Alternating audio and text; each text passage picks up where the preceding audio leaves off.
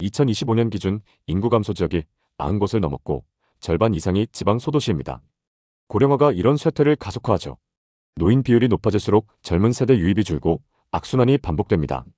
또 올해 상반기 출생아는 14만 7,804명으로 전년 대비 7.2% 증가했지만 연간으로는 여전히 23만 명대에 머물러요. 50년 전의 4분의 1 수준입니다. 이런 인구 구조가 경기도 외곽이나 지방 중소도시에 직격탄을 날리고 있습니다. 일자리와 학군, 인프라가 부족한 곳에 누가 정착하려 할까요? 수요가 없어지면 가격은 당연히 하락하게 됩니다.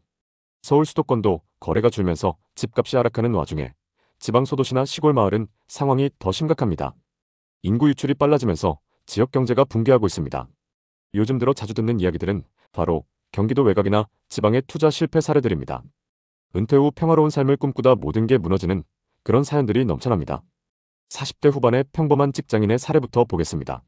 그는 노후를 준비하며 안정적인 자산을 마련하려고 경기 북부의 아파트에 투자했습니다. 2021년 무렵 부동산 시장이 뜨겁게 달아오르던 때였죠. GTX 개통 소식이 대대적으로 퍼지면서 서울까지 가까워진다는 호재가 쏟아졌고 중개인들은 집값이 2배로 뛸 거라고 장담했어요. 호재에 이끌린 그는 7억짜리 84타입 아파트를 대출 4억 5천만 원으로 매입했습니다. 계약 후 출근길 지하철에서 부동산 앱을 확인할 때마다 가격 상승에 가슴이 설레었다고 합니다. 심지어 직장 동료들과 술자리에서 자랑하던 그 순간이 아직도 떠오른다고 했습니다. 하지만 2년도 안 돼 상황이 급변했어요.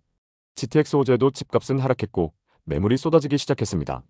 아파트도 급락하는 마당에 상가는 더 심각했습니다. 동네 상가거리는 텅 비었고 작은 빵집과 카페가 문을 닫았으며 마트는 재고를 쌓아두다가 반값 세일 끝에 철수했어요. 큰 병원은 차로 30분 정도를 가야 하고 밤늦게 아프면 택시조차 잡기 힘들었습니다. 주변에 공실이 늘면서 사람들의 발길이 뚝 끊겼고 집값은 25%나 떨어져 5억대로 추락했습니다. 월세나 전세 수요도 없어졌고 전세 시세도 동반 하락했습니다. 대출 이자는 매달 120만 원씩 빠져나갔습니다. 집값이 오를 땐 이자는 감당하면 그만이라고 생각했지만 집값이 떨어진 상태에서 이자까지 내려니 속이 타들어갔습니다. 매도하려 해도 2억 원 가까운 손실 때문에 포기할 수 없었고 가족 모임에서조차 웃음이 사라졌습니다. 그는 이렇게 말했습니다. 호재 때문에 지역 상황을 제대로 검토하지 않았어요. 젊은 층이 왜 이런 외진 지역을 피하는지 미리 확인했어야 했는데 호재로 집값이 상승한다고 해서 입지나 수요를 간과하면 큰일 납니다. 2025년 현재 우리나라는 인구가 감소하는 추세이고 고령화는 이미 시작되었습니다. 통계청 자료에 따르면 올해 출생아는 50년 전의 4분의 1 수준입니다. 고령화와 인구 유출이 경기도 외곽이나 지방 중소도시에 큰 타격을 주고 있습니다. 일자리와 학군, 인프라가 부족한 곳에 누가 정착하려 할까요? 수요가 없어지면 가격 하락은 피할 수 없습니다. 서울 수도권도 거래가 줄면서 집값이 하락하는 와중에 지방 소도시나 시골 마을은 상황이 더 심각합니다. 인구 유출이 빨라지면서 지역 경제가 붕괴하고 있습니다. 예를 들어 경남 중소도시처럼 한때 활기차던 곳들은 이제 상권이 황폐해지고 있습니다.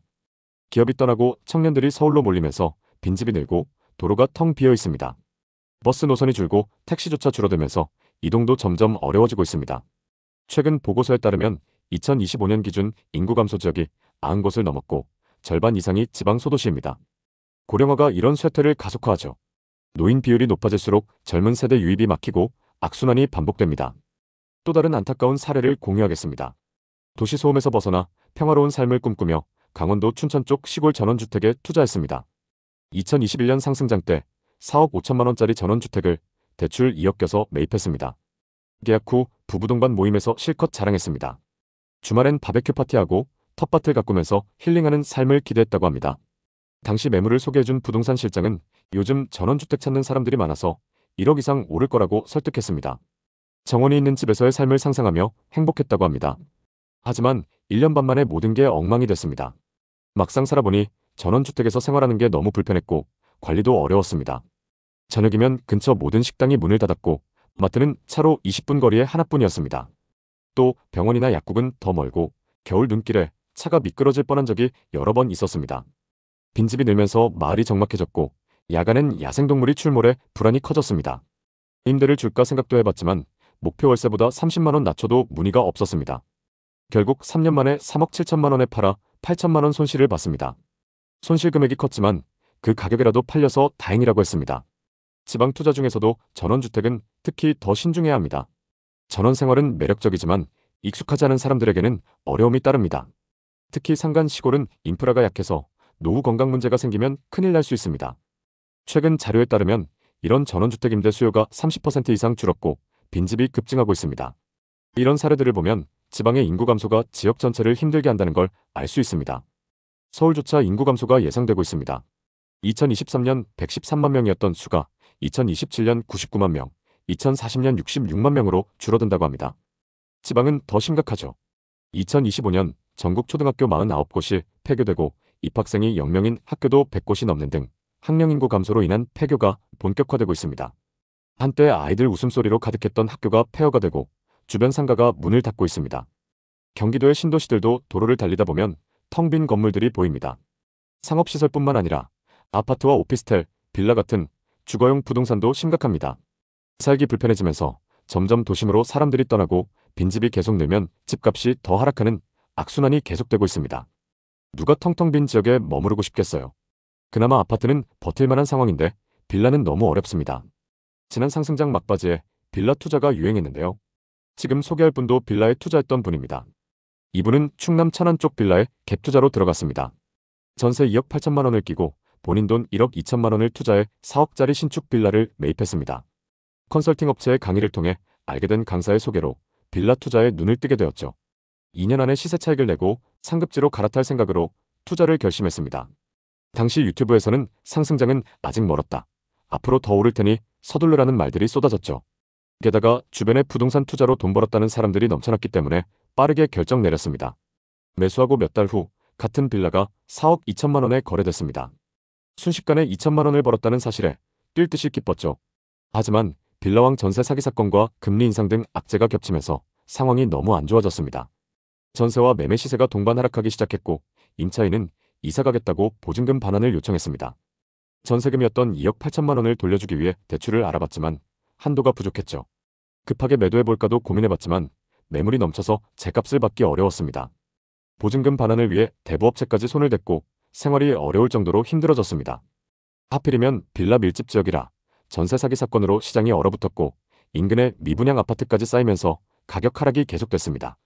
그는 상승장 열기에 눈이 멀어 리스크를 무시했다며 땅을 치며 후회하고 있습니다. 이처럼 지금 상승장에서 갭투자한 사람들이 가장 큰 피해를 입고 있습니다. 최근 통계에 따르면 갭투자 관련 파산 신청이 전년 대비 35% 증가했습니다. 지방 빌라나 시골 전원주택은 특히 위험합니다. 호재에 눈이 멀어 사놓고 인구 유출과 경제 둔화로 고립되는 거죠. 인구 감소와 고령화는 부동산 시장의 뼈대를 흔들고 있습니다. 게다가 수도권과 지방의 양극화가 더욱 심해지고 있는 상황입니다. 지방 부동산은 앞으로 더 어려워질 수 있습니다. 수요가 줄면서 상업시설과 여러가지 인프라도 쇠퇴하고 그러다 보면 주거용 부동산도 침체될 가능성이 높습니다. 대세 상승장이 오기 전 분양받았던 사람들은 그나마 상황이 괜찮습니다. 문제는 2021년, 2022년 상승장에 산 사람들이죠.